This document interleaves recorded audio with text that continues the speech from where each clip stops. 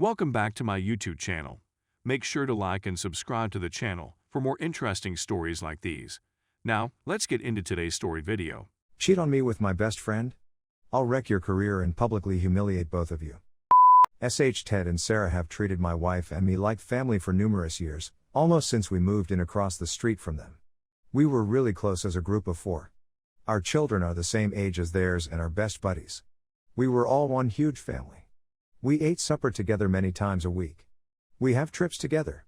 Ted was like a brother to me, and my wife and Sarah were close as well.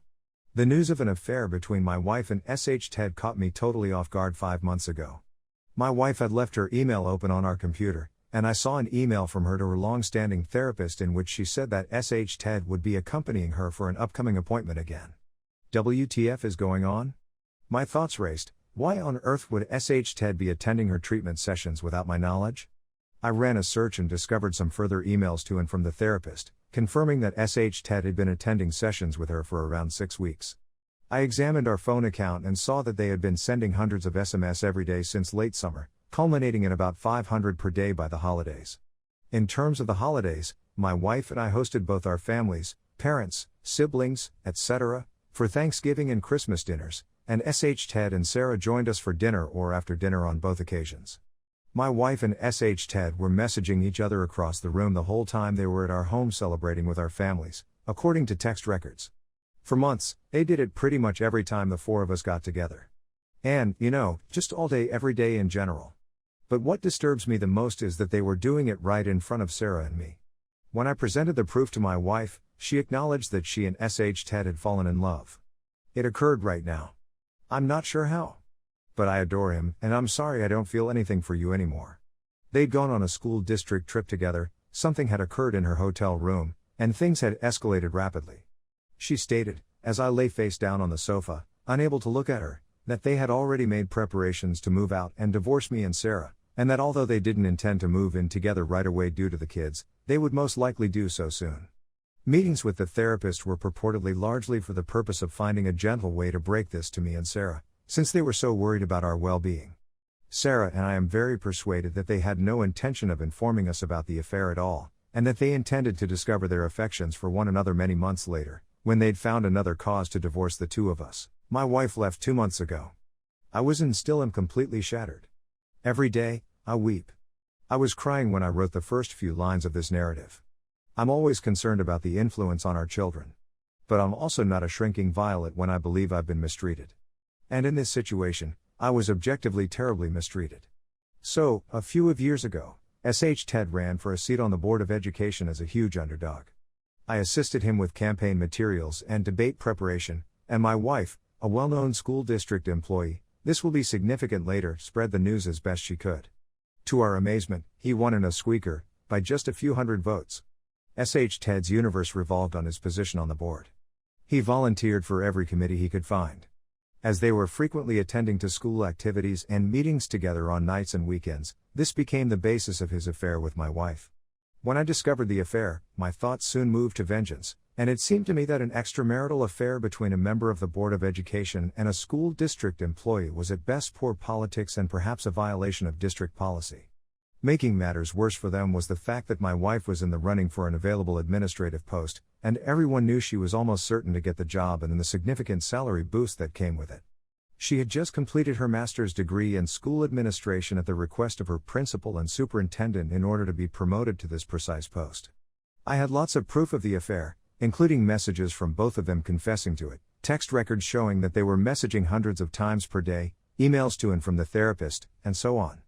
I contemplated just sending all of the proof to the board and the superintendent, but I was concerned that as the grieving, betrayed husband, I would not be seen as a reliable source. Instead, I made up a bogus furious buddy who planned on attending the next board meeting and publicly humiliating the 2 of them for their affair. I informed my wife that I'd attempted to talk them down but couldn't promise they wouldn't come up and publicly disgrace them. As I predicted, Ted came to the conclusion that the only way out was for him to acknowledge the affair to the board ahead of time. Ted agreed to quit when the superintendent advised it. He was embarrassed and saddened, according to Sarah, and he couldn't get out of bed for a few days thereafter. When news of the affair and Ted's departure spread, the superintendent, a longtime friend of both my wife and Ted, approached my wife and emotionally told her that she would no longer be promoted to an administrative position within the district. An outside applicant eventually filled the post that had been set up for her. This caused a flurry of uncertainty and speculation around the area, since it was well known that my wife had gotten the position. Despite our failing marriage, my wife and I took our kid out to breakfast on his birthday the day after she was told she wasn't receiving the promotion, and a parent dropped by our table to congratulate her on her new post. She thanked him and excused herself to weep in the toilet for a bit. I waited a couple of weeks for the dust to settle before telling them my little secret. There was never a furious buddy threatening to expose them in the first place. It's just me. All of this has spread across our very small town, where Ted grew up and where my wife has worked for over 20 years. My wife refuses to tell me how things are going at work right now, but I've heard from certain people I know in the district that her once clean reputation has taken a knock. Ted, who was formerly a boisterous social presence in our area and at local events and bars, has entirely disappeared and only emerges to mow his lawn. He's leaving shortly, to a rundown small town house that's all he can afford because of all the child support he'll have to give his wife. Despite the public humiliation, my wife and Ted insist that they want to attempt to work things out. I wish them the best of luck. I'm sure it'll be a lot of fun for them to show their faces about town together. Update: here's a record of their messages and phone conversations from a few months before I found out about the affair. Obviously, their phone numbers have been removed. Answers to some often asked questions in the comments: are you and Sarah together now? That would be amazing if you could be a thing. No. We're good buddies. We've been tremendously essential to each other from the beginning, and we've undoubtedly grown closer, but not in the manner everyone expects. This would be so much more difficult to cope with if I didn't have her to depend on, and she claims she feels the same way about me. After all, we're in the same position with the same players. Ted hasn't moved out yet, but once he does, we want to bring the kids together more often, like they used to. It'll never be the same, of course. She already comes over with the kids on occasion, but it's difficult with Ted's continual presence across the street. Didn't your vengeance harm both sets of children? No, not at all. Ted had a day job. The Board of Education was his pastime and passion, but it had no effect on his income. And my wife has been promised that if she wishes to apply for an administrative job with another district, she would get wonderful letters of reference from her superintendent and principal. It'll require giving up a lot of business ties in the process, but given the blow to her reputation, I'm assuming she'll do it sooner rather than later. Meanwhile, since she is not going to an administrative position, she is still able to spend her summers with her children. Why do you refer to her as your wife rather than your ex-wife? We're moving through divorce mediation, but it's not yet final. It will happen shortly. Why didn't you see all of your wife's texting? Yes, I did. It was really beginning to irritate me. It was overkill. She has a large social network and texts often, but it was getting out of hand, to the point where she was entirely neglecting me and the kids. I asked her to agree to a no phones at the dinner table rule in November, which she grudgingly agreed to but then pouted during dinner, and finally she simply resumed using her phone throughout dinner again.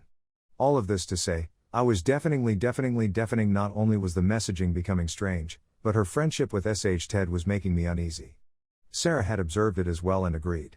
We approached them directly about it a couple of times, and they both swore up and down that it was just school topics they were talking about, and there was nothing more going on. And for whatever reason, we believed them, possibly because the mind refuses to perceive what it does not want to see. Thank you, by the way, for all of your remarks. I wasn't able to respond to everyone. But I did read them all and appreciate them all, even the brutally honest input from those who believe I did the wrong thing. Posting this and reading all of the answers brought me to angles on all of this that I hadn't considered before, and most importantly, reminded me that the agony I'm experiencing is very typical considering the circumstances I'm in. I had a good Memorial Day weekend, despite missing my wife and fantasizing about what we'd be doing as a family. I'm bringing my kids camping next weekend, and having something to look forward to and prepare for makes me happy today.